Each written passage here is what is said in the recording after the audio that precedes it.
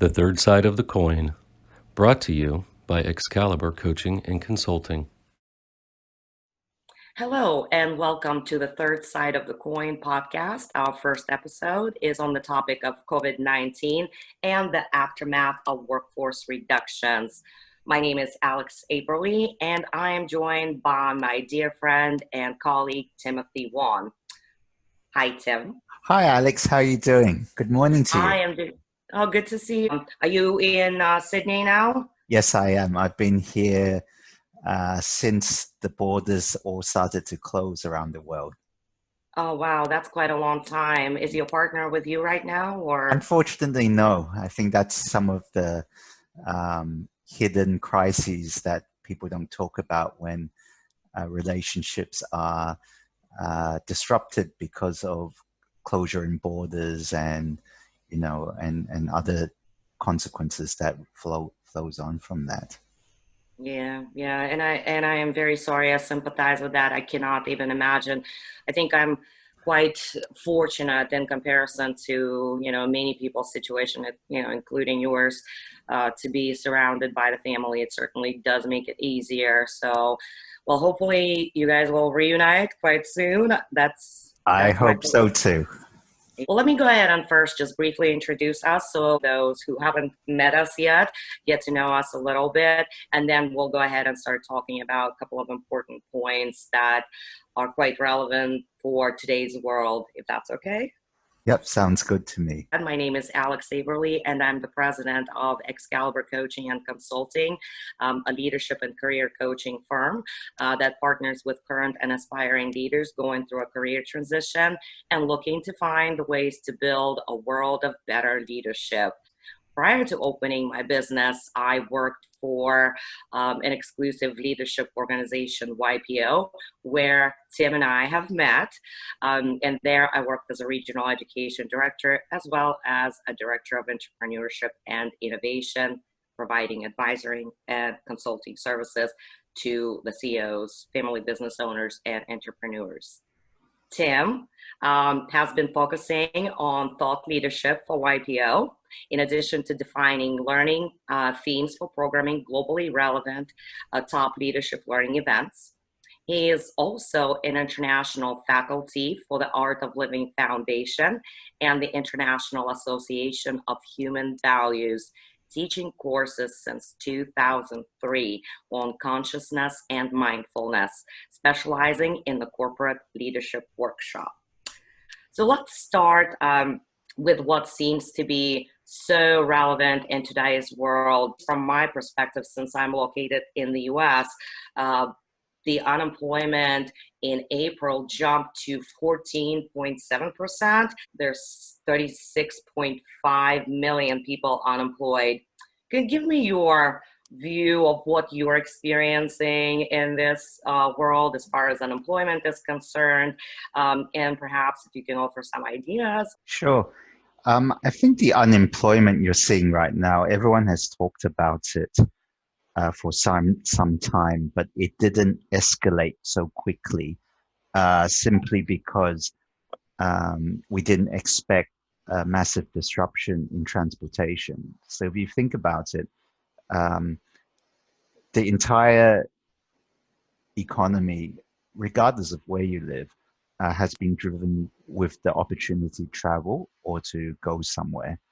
And now that it's under lockdown in most parts of the world, then everything else, it short circuits the entire supply chain. I think what's been very interesting is how different governments are approaching it. So the Western governments, meaning, like US, United Kingdom and Australia, you have what's known as government assistance, so it does help in some way to decrease the impact that one might have from becoming unemployed. But if you start looking at Hong Kong, it's totally a free market, and really any government subsidies, if at all, doesn't really help. So, for example, there's a stigma with people who have recovered from the COVID-19 virus in Hong Kong, and either they're fired from work because there's no legal protection for that, and also inability to find work because of the situation right now. So there's calls now from these survivors for the government to at least give them a subsidy to allow them to live, but that's not happening as well. So the different aspects of what's happening now across the world, and how people are attuning to it, uh, gives us a good idea of what is happening in people's minds, of how they take responsibility, if you could say that, for their own experience. You mentioned government assistance in the US. It's a bit different, with the assistance, because there's that other side. Okay, we're getting government assistance, and in the beginning of this pandemic situation, I was listening to a podcast with Peter Robinson. He had on one of the podcasts in April, Kevin Warsh. He's the former Fed. And he actually mentioned that the government subsidies that were given out as part of the assistance to those who lost jobs would prevent people wanting to rejoin the workforce. So there's definitely a different side of things. Nothing is perfect.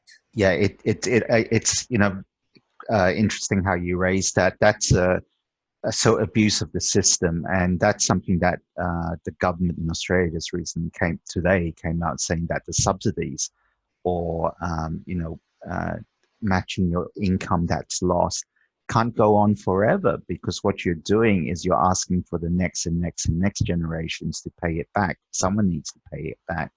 I think the more important thing coming out of this is it's always good to have support, right? Because it gives you a buffer.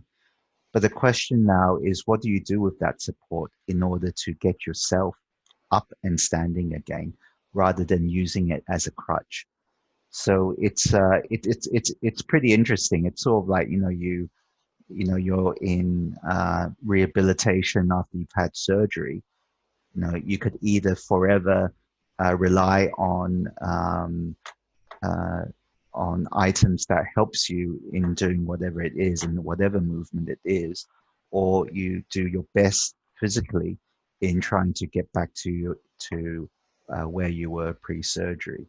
I know it's a rather simple way of putting it, but we sometimes lose sight of it because, one, we've been talking about this for a while. You have the victim mentality and the culprit mentality.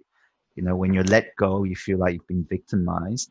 And when you stay behind, you feel like, oh, am I a culprit of part of this entire reorganization that's happening around me? Yeah, those are valid points, absolutely. And I don't know whether we as a human race, a society, truly are addressing it, because regardless of the political views, my personal concern, just like you've mentioned earlier, is the overall impact on human race and its well-being, right? So the society cannot really exist unless it's making products or services that's necessary for our survival. So if we don't work, the overall impact could be just devastating, right? I think it's interesting you said that, saying that we need products to allow us to survive. Or is it products to make us lazy, more convenient, or for us to stop thinking? So, for example, how many people know how to fillet a whole chicken?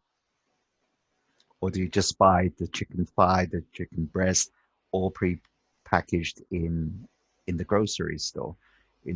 How many people know how to actually make beans or legumes, depending on which part of the world you come from? Or is it from the can already that's pre-cooked and you don't have to wait hours or use a pressure cooker? Do people know what the pressure cooker is?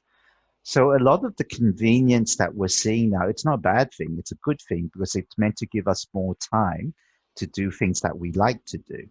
But at the same time, we sort of like, what I've noticed is that we give up our um, I guess we give up our curiosity to learn things, and that's the important thing about um, how we advance, whether you were part of the cut from work or you remain in work, we all sort of withdraw into a space where curiosity might not be as in the forefront as we would like, but that's what makes us human. We all tend to forget that, that curiosity of watching movies and whatever it is, any form of entertainment, any form of work, any form of social conversation we have is all driven by curiosity, and that curiosity is what makes us human.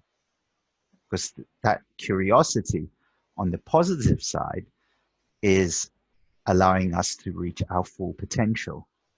And we don't know what that full potential is, except we obviously have physical limitations. I cannot fly without any support or augmented abilities. But then I can be curious to figure out, well, how do I fly? And that's how all these great invention has come about, and the progress in making life easier for us, making it more convenient. But it shouldn't be an excuse for us to stop learning. To hear more, go to part 2.